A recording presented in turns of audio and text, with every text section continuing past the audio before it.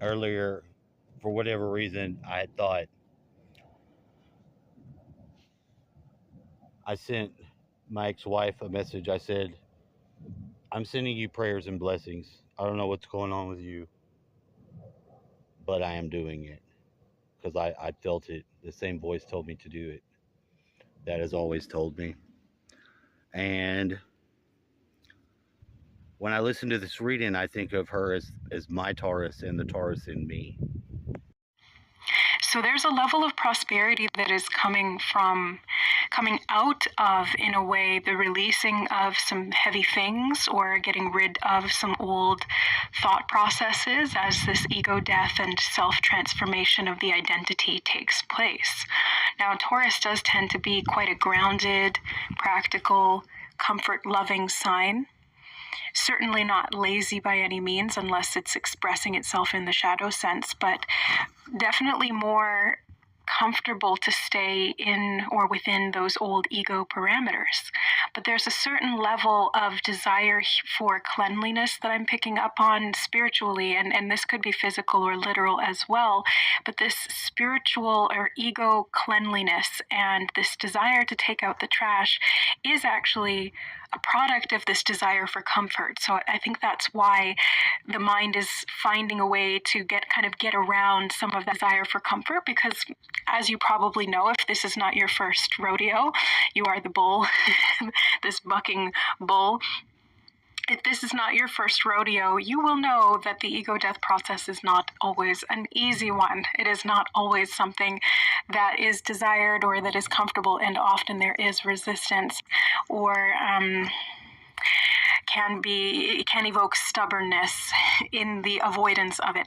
So I'm feeling this energy of like a call to action that Taurus has received, and that you may be walking on this path, and being able to receive that has allowed you to understand the level of release that is necessary or needed here, and to get around some of the discomfort of actually doing that.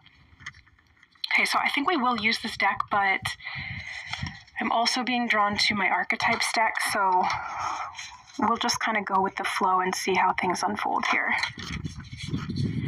As you unfold, I'm hearing as you unfold, and something about love, loving the path or loving the journey, or love is part of the prosperity on this journey. Not sure how to interpret that one, but I'm just getting something about love. Okay. Let's dive in. I'm seeing somebody crossing the street. Something about a paratrooper. Something about rising from above, and then some kind of a free fall or a dive or a deep dive into something, going from one side to the other. I keep seeing crossing the street, getting to the other side.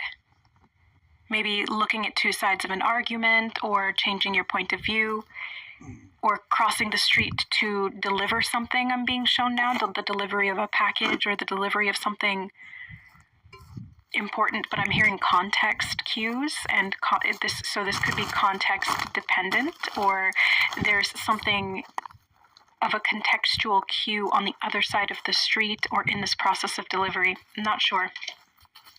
You're good, man. Wow, I love that. Full moon in Pisces, balance, spirituality, and practicality. That's kind of what I'm feeling here from this energy for you, Taurus, or for the energy archetype of Taurus here. It's like you're figuring out a way to shed layers of the ego so that you can balance your spirituality with your practical life and your comfort zone. So it is a grounding, and I'm hearing necessary grounding, anchoring and stabilization once you've crossed over or crossed to that other side of the road or the other path, to find a way that works for you in your daily habits or your daily routine, like you would taking out the trash once a week or once every other week, or whatever the schedule is. It's like you're able to kind of incorporate these perhaps spiritual death processes or ego changes and adaptations, or perhaps synchronicities and context cues or clues that are delivered to you in ways that are I'm hearing more affordable, but I was going to say more practical, more affordable. What does that mean? Maybe don't require as much of you,